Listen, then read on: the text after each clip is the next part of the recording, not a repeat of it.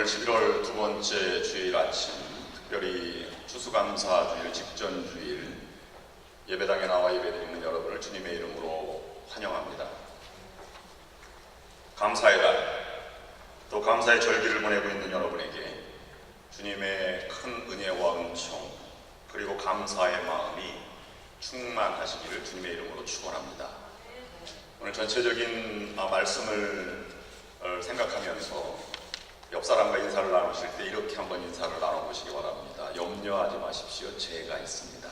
이렇게 한번 인사를 나눠보시기 바랍니다.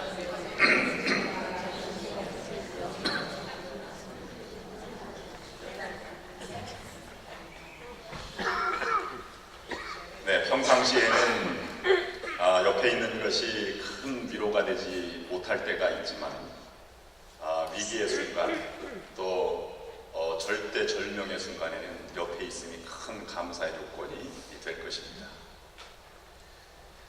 여러분, 하나님의 은혜를 어떻게 경험하고 계십니까? 지난 세월을 돌아보면 하나님의 은혜가 아닌 것이 없었을 것입니다. 그러나 당연한 것으로 받아들이지 마시기를 바랍니다. 세상에 은혜를 당연히 받을 만한 사람은 없습니다. 은혜를 받을 만하니 받은 것이요, 은혜를 받을 만큼의 귀한 존재이고 가치가 있으니 은혜를 받은 것입니다. 당연히 받을 만해서 받은 것을 우리는 은혜라고 말하지 않습니다. 나는 은혜를 받을 만한 자격이 없음에도 불구하고 그저 부족하고 허물이 많지만 이렇게 보살펴 주시고 함께 있으니 얼마나 감사한가 하는 마음이 우리의 출발점이 되어야 할 것입니다. 나는 당연하지 하나님을 위해서, 나라를 위해서 살아가는 사람이니 이런 혜택을 입는 것은 당연한 거야 라는 것은 부족한 인격의 모습일 것입니다. 감사절기에 하나님 앞에 바로 서서 하나님을 바라보며 하나님이 주신 말씀을 통해서 내면의 세계를 깊이 들여다보시기를 바랍니다.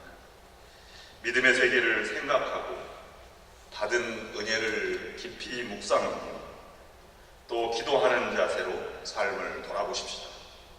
세상을 바라보면 원망뿐이요, 이웃을 바라보면 불평뿐이지만 하나님을 바라보고 묵상하면 감사뿐일 것입니다. 요즘 새롭게 다가오는 것이 살아있음에 대한 감사입니다. 얼마나 살아있음에 감사한 조건이 되는지요. 최근에 주변에 일어난 일들만 보아도 그렇습니다. 올해 추수감사절기는 좀 쓸쓸한 가운데 맞이하게 되는 것 같습니다. 몇 가지 소식 때문입니다. 첫째는 유난히 피해가 많은 허리케인 때문입니다. 플로리다에 상륙한 어마, 모든 태풍의 기록을 갈아치울 만큼 강력한 것이었습니다. 또 휴스턴을 강타한 하비로 수많은 이재민을 발생하기도 하였습니다. 둘째는 최근에 일어난 유례없는 대형 총기 사건 때문에 그렇습니다. 라스베가스에서 10월 1일 날 발생한 것은 21세기 총기 사건 중에서 가장 강력한 것이었다, 이렇게 얘기를 하면서 우리의 마음을 아프게 했습니다. 지난 주일 이 시간에 텍사스 소더랜드 스프링스의 침례교회에서 발생한 총기 사건으로 우리 가슴을 많이 아프게 하였습니다. 오늘 아침 뉴스에 보니까 그곳에서 예배가 이전처럼 잘 진행되고 있다 하는 그런 NPR 뉴스를 들었습니다. 세 번째는 우리 주변의 그 와인밸리에서 와인 컨트리에서 발생한 대형 산불로 많은 피해가 있었기 때문입니다. 몸만 탈출하기도 버거웠다, 이런 고백들이 있었기 때문입니다. 미국도 더 이상 안전한 곳이 아닌 것 같다 생각도 들기도 합니다. 그럼에도 불구하고 이렇게 예배를 드릴 수 있으니 얼마나 감사한 일이겠습니까? 일반적으로 염려와 근심과 걱정, 그 다음에 감사, 이것은 따로따로 존재하는 것처럼 느껴집니다. 실제로 그렇게 다가오기도 합니다. 그러나 절대절명의 위기의 순간에는 염려와 감사는 동전의 양면과 같습니다. 어떻게 바라보느냐에 따라서 다른 것입니다. 예수님도 마태복음 6장 27절 말씀에 너희 중에 누가 염려함으로 키를 한 자라도 더할 수 있느냐, 염려하지 말라고 하면서 그렇게 말씀하셨습니다. 원문에 보면 너희 중에 누가 염려함으로 너희 목숨을 한 자라도 더 길게 할 수 있느냐, 이런 뜻입니다. 염려 속에 감사가 있고 감사 속에 염려가 동시에 존재하는 것입니다.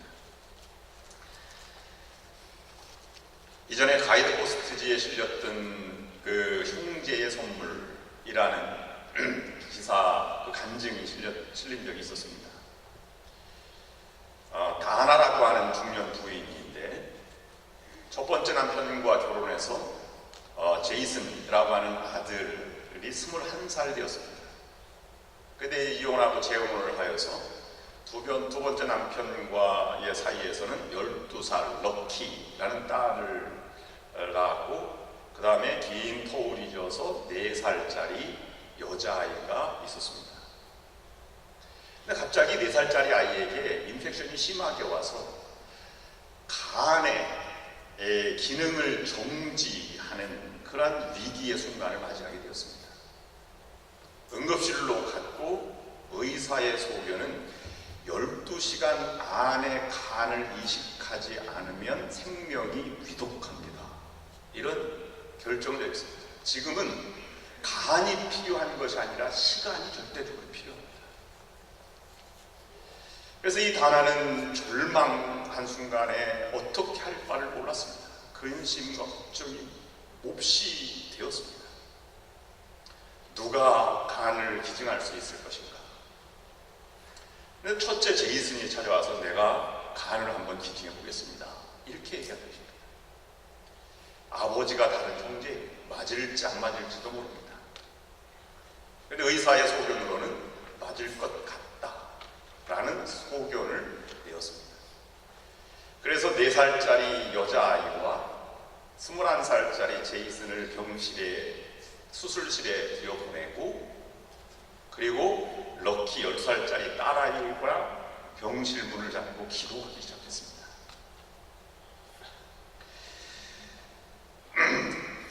모두가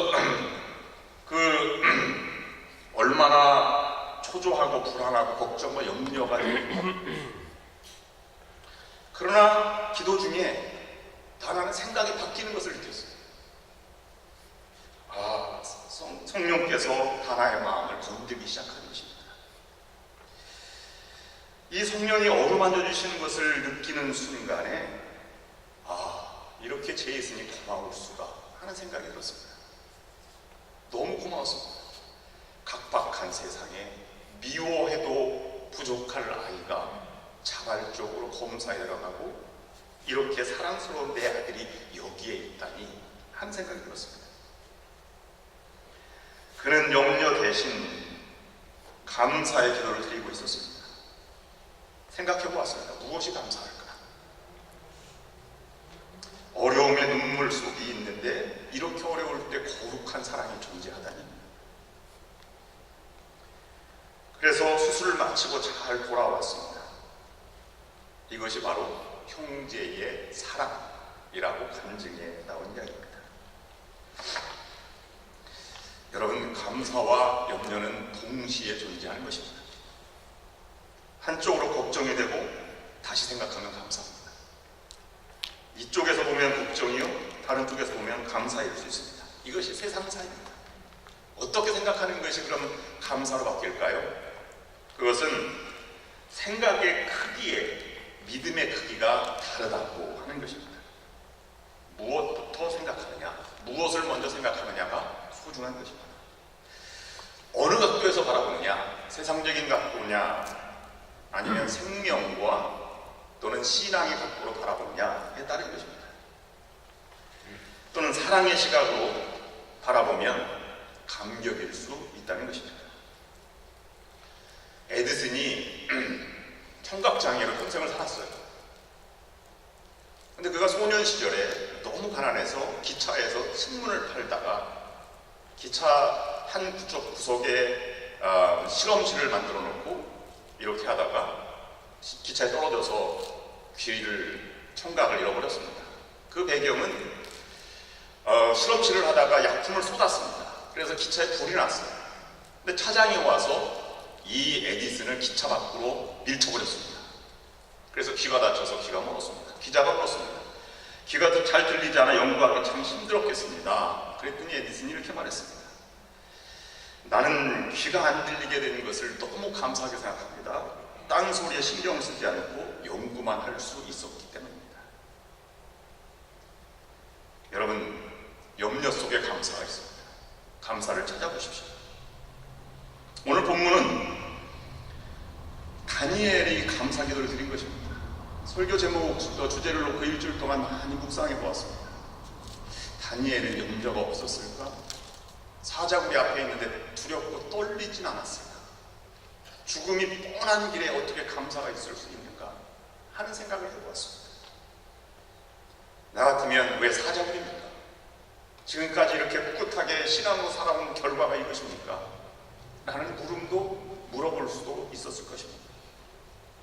그러나 다니엘은 염려를 감사로 바꾼 사람이었습니다. 어떻게 가능합니까? 세 가지 교훈을 묵상해 봅니다. 오늘 10절에 나와 있는 말씀대로 다니엘은 알고도 기도했다. 이렇게 표현합니다. 알았다. 여러분, 안다가 무엇입니까? 조서의 왕의 도장이 찍힌 것을 알고도 자기 집에 들어가서는 윗방에 올라가 예루살렘으로 향한 창문을 열고 전에 하던 대로 하루 3번씩 무릎을 꿇고 기도하며 그의 하나님께 감사하였더라. 신앙의 길은 고난의 길입니다. 그래서 십자가의 길, 좁은 길, 좁은 문 또는 고난의 길이라고 표현합니다. 어려움이 우리 속에 존재합니다. 그러나 어려움 속에 앞에 염려가 있고 이 고난이 있음을 알면 사람들은 도망가거나 그것을 피하거나 그것을 덮으려고 하는 역모를 오히려 헤쳐나가는 그만한 권력이 있으니까 그렇게 할 수도 있었을 것입니다. 그런 방법이 세상적인 방법일 것입니다. 그러나 신앙의 사람은 고난이 있음을 알고도 그 길 가운데 다른 길을 가지 않고 정도를 가는 것입니다. 그것이 알았다는 것입니다.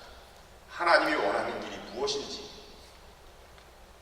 하나님이 진정으로 파는 삶의 인생의 믿음의 모습이 무엇인지를 알았다고 하는 것입니다. 그래서 알고도 라고 하는 것은 고난도 알았지만 하나님도 알았다 그런 표현으로 바꾸어 들을 수 있는 것입니다. 요한복음 17장에 보면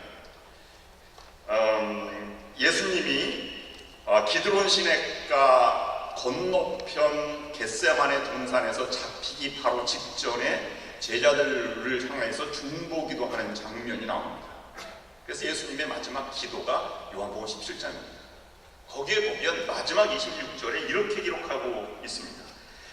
내가 아버지의 이름을 그들에게 알게 하였고 또 알게 하리니 이는 나를 사랑하신 사랑이 그들 안에 있고 나도 그들 안에 있게 하려 함이니이다. 예수님의 마음이 일으켜집니다. 다니엘은 이스라엘 백성이 바벨론 포로로 잡혀갈 때 느부갓네살이 예루살렘을 침공할 때 포로로 잡혀간 사람 중에 하나였습니다. 그 당시 포로가 얼마나 많이 잡혀갔냐면 역사학자들에 의하면 5만 명 중에 잡혀갔습니다. 근데 너무 총명해서 이 느부갓네살 왕의 총리직을 맡게 된 것이죠. 근데 느부갓네살 왕이 죽지 않습니까? 나라가 제국이 멸망당했습니다. 그리고 세상이 바뀌어서 메대 다사가 일어나게 되었습니다. 그런데 메대 왕 다리오가 계속해서 이 다니엘을 기용하는 장면이 오늘 본문의 장면입니다. 요셉처럼 참 영광을 누리게 된 것입니다. 두 왕국에서 살아남은 존재이니까 굉장한 권력가요 능력가임에는 분명한 것 같습니다. 신학교에서 묵시문학 연구 때 기억으로는 다니엘이 예언자 중에 가장 오래 예언 활동을 하였다, 이렇게 배우기도 하였습니다. 그만큼 높은 만큼 새로운 시대에 시기와 질투가 더 많이 있었다는 것이죠. 다리오 왕이 120명의 방백을 거느리고 나라를 다스렸고, 그 후에 3명의 총리를 세웠고 3명 중에 1명을 이 다니엘을 세웠다는 것 아니겠습니까? 더 이상 율법의 문제 외에는 골고 들어갈 흠이 없어서 그들이 만든 것은 30일 안에 왕위의 다른 곳에 절하면 사자굴에 집어넣는다 하는 것입니다. 이 어이 찍힌 것을 알고도 기도하였다 하는 것입니다. 다니엘은 비판을 극복하는 과정을 정도를 선택했습니다. 상관없습니다. 지금까지 산 것으로 만족합니다. 하나님이 있어 충분합니다. 신학자 폴 틸리는 Courage to be, 존재의 용기라는 책에서 이렇게 말합니다. 신앙이란 결국 종국적으로 용기이다. 인간의 이성적 생각을 다 십자가에 못 박아버리고 그럼에도 불구하고 존재 속에 살아남으려고 하는 그 길을 인정하는 용기가 비로소 믿음의 힘이다, 이렇게 얘기를 했습니다.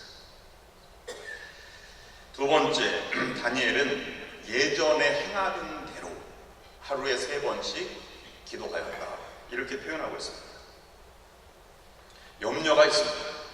걱정이 있습니다. 그러면 살 길을 찾아 바쁘지만 더 중요한 것이 있습니다. 예전에 하던 대로 주님께 나아가는 것입니다. 걱정스러울수록 기도해야 합니다. 걱정과 근심이 많을수록 예배에 참여해야 하고, 염려가 될수록 성경을 보고 깊이 하나님을 묵상하는 자세가 필요한 것입니다. 다니엘은 하루 3번씩 일상 속에서 살아남기 위해서 세끼 식사하는 것처럼 영적으로 살아있음을 감사하기 위해 하나님 앞에 3번씩 꼭 기도하였던 것입니다. 이것은 우연히 하나님께 감사했다 하는 우연성을 가지고 얘기하는 것이 결코 아닙니다. 행하던 대로 체질이 되고 성품이 되었다 하는 것을 말하고 있는 것입니다. 같은 행위가 반복되면 습관이 되고, 습관이 오래되면 성품이 되어가는 것과 마찬가지입니다. 어느 순간에 돌발적인 감사는 세상에 있을 수 없습니다. 성품 속에 감사의 마음이 우러나오게 되는 것입니다. 미국의 교육 중에 가장 큰 특징은 젊은 엄마들이 아이들을 가르칠 때 이렇게 말합니다. 무엇인가 도움을 받으면 say something, 이렇게 말하죠. 그래도 잘 못 알아들으면 what do you say to her 또는 him, 그래도 잘 못 알아들으면 say thank you, 이렇게 가르치도록 thank you라는 말을 할 때까지 가르치죠. 엄마도 이렇게 말합니다. thank you mom 이라고 말해라, 이렇게 가르치기도 합니다. 3번째, 다니엘은 속으로 감사하지 않고 공개적으로 표현하였다는 것입니다. 실제적으로 마음에서 우러나오는 감사를 밖으로 표출해냈습니다. 이것이 진정한 감사입니다. 비굴하지 않게 두려움을 극복하고 많은 사람 앞에 기도로 감사를 표현한 것입니다. 그는 곧 죽게 될 운명이지만 그것으로 많은 사람들에게 하나님의 위대함보다 하나님께 신실함을 보여주기를 원했습니다. 앵무새처럼 그냥 감사합니다 이렇게 말하는 차원이 결코 아니었습니다. 이쯤에서 보면 제 조카의 이야기를 들려드림으로 말씀을 정리하고자 합니다. 전에 예수의 사람이라는 제목에서 예수의 사람은 문제가 먼저 보이는 것이 아니라 해답이 먼저 보이면 예수의 사람이다 하는 곳에서 잠깐 묵상한 내용 중에 하나입니다. 그것을 좀 깊게 묵상해 본 것입니다. 지금부터 약 25년 전 일입니다. 제 큰 누님이 결혼을 했는데 결혼 초기에 아이를 낳고 이제 산후유증이기도 하고 아니면 마이너 스트로크가 와가지고 2대 구속병원에 입원해서 오랫도록 입원하였고 그 다음에 정상으로 돌아왔는데 그 후유증으로 우울증에 굉장히 많이 시달렸습니다. 매형이 아주 힘들어했죠. 살림은 점점 어려워졌고요. 그래도 살아보고자 사업을 시작했는데 무슨 사업을 했냐면 사료 사업을 했습니다. 이 큰 누님을 뒷받침하기 위해서 한 번도 찡그리거나 희망을 잃지 않는 모습이 많은 그래도 감동을 주기도 하였습니다. 경기도 화성군 바란, 향남면 바란이라고 하는 곳에서 사료 사업을 했는데 그 당시에는 경기도 지역이 막 가축업이 굉장히 많이 농축 산업이 굉장히 발달해서 사업이 굉장히 잘 됐어요. 그런데 사업을 확장하다가 부도가 났습니다. 크게 부도가 났죠. 사료는 막 엄청 쌓였는데 조리독감이 그때 터져서 하나도 폐사하는 바람에 팔리지 않는 것이었습니다. 그래서 부도액이 100만 불 정도 됐습니다. 한 번 부도액이. 집은 다 날라갔죠. 그리고 동서분주에서 남은 사료를 팔기 위해서 먼 거리 왔다 갔다 하는 중이었습니다. 그 집에 시내 아파트를 다 처분하고 그래도 갚을 길이 없어서 경기도 화성군 팔탐면 지월리라는 외딴 곳에 방을 얻어갔는데요. 네 식구가 한 방에 살게 되었습니다. 제가 그때 그 버스도 다니지 않는 그 길을 위로한답시고 갔는데 그때 제가 전도사였습니다. 돈이 얼마나 있겠습니까? 그래서 배를 사갔는데요.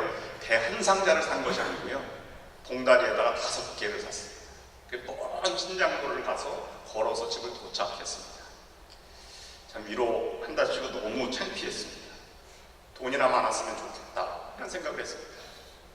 나중에 고백하기를 누님이 배를 제일 좋아했는데 그래도 그게 참 위로가 되었다.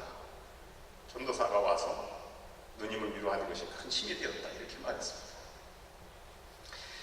남은 사료를 처리하기 위해서 동서분주하고 있는데 앞에 차가 사고라는 현장을 보게 되었습니다. 눈앞에 사람이 치고 떨어지는 큰 장면을 목격하게 된 것입니다. 생각하기를 저 사람이 죽었겠다 생각하고 근데 사고 차량은 도주 중이었습니다. 현장에 한 사람이 쓰러져 피를 흘리고 있었는데요. 갈등을 순간 하였답니다. 도주하는 차량을 잡을까 피 흘리는 사람에게 갈까? 자기도 모르게 피 흘리는 사람이 가서 뒤집어 있는 아이를 딱 뒤집어 보니까 자기 큰아들이에요. 머리에서 피가 꺾고 솟는 것처럼 아주 굉장히 충격을 받았습니다. 자기도 모르게 아이를 얻고 차에 싣고 병원으로 달려갔습니다. 바람에는 큰 병원이 없기 때문에 수원 병원, 큰 병원까지 가야 되는데 몇십 분 갈 때까지 살아있을지도 몰랐습니다. 그래서 수원 시립병원에 도착을 해서 응급실에 가서 갔는데 그때 아이 나이가 우리 막내 아이와 같은 4학년이었습니다. 10살이었습니다. 의사가 수술실로 급히 부르더니 아이를 보여줬습니다. 배를 가르고 아이가 있는데 간이 거의 다 떨어져 나갔습니다. 아버님, 간이 얼마 남지 않았습니다. 가망이 없어 보입니다. 그래도 떨어진 간 조각이 남아있으니 연결을 해보겠습니다. 수술이 진행되는 동안 10가지 생각이 스쳐 지나갔다고 했습니다. 사업은 망했고 아내는 우울증, 아이는 수술실에, 범인은 도주하고 희망이 보이지 않았습니다. 아이가 어리기 때문에 잘 수술이 맞춰지고 중환자실로 옮겨지게 되었고 얼마 후에 깨어나게 되었습니다. 살아있는 것이 얼마나 감사한지 몰랐다 이렇게 고백을 했습니다. 그때 경찰서에서 연락이 왔어요. 도주한 차량이 잡혔습니다. 범인이 잡혔다고 연락이 온 것입니다. 근데 만나고 났더니 그 사람도 트럭 운전으로 야채를 파는 사람이었고 자기 아이와 같은 아이를 둔 가장이었습니다.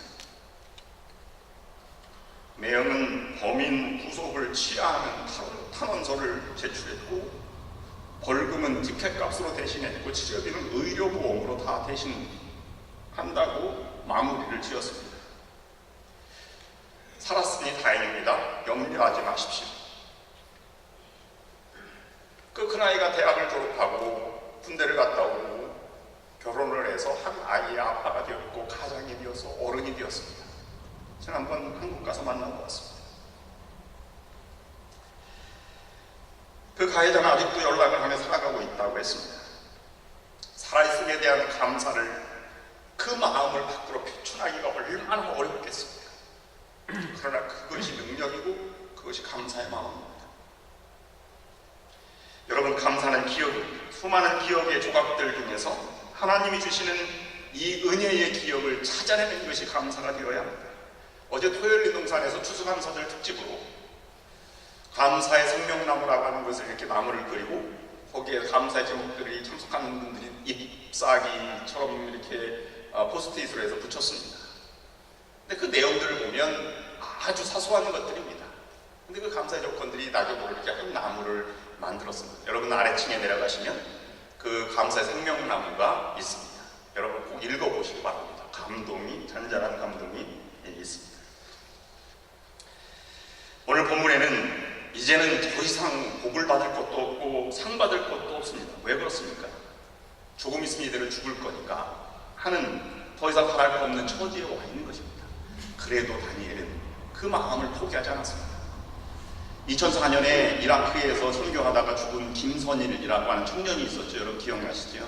근데 이것이 순교가 아닌가 하는 논란이 있었는데 기독교계에서는 순교가 아니다 라고 보았고, 저도 순교가 아니라고 봅니다. 왜냐하면 마지막 죽는 순간에 영상으로 보여준 것은 나는 살기를 원합니다 이렇게 말했기 때문입니다. 그냥 다니엘은 죽을 각오로 죽는 시점에서 감사하였습니다. 이대로 만족합니다. 백성으로, 거룩한 백성으로 선하게 살겠습니다. 정도를 걷겠습니다. 하나님 감사합니다. 그것이 위대한 감사요? 그것이 절대적인 감사였습니다. 저는 지금 주님 앞으로 갑니다. 종말론적인 감사였습니다. 이 감사의 마음이 여러분의 고백과 여러분의 마음이 될 수 있기를 원합니다. 그래서 작은 염려도 극복하시고 큰 염려 가운데도 더 위대한 감사의 조건들을 발견해서 승리하는 여러분 모두가 될 수 있기를 주님의 이름으로 축원합니다.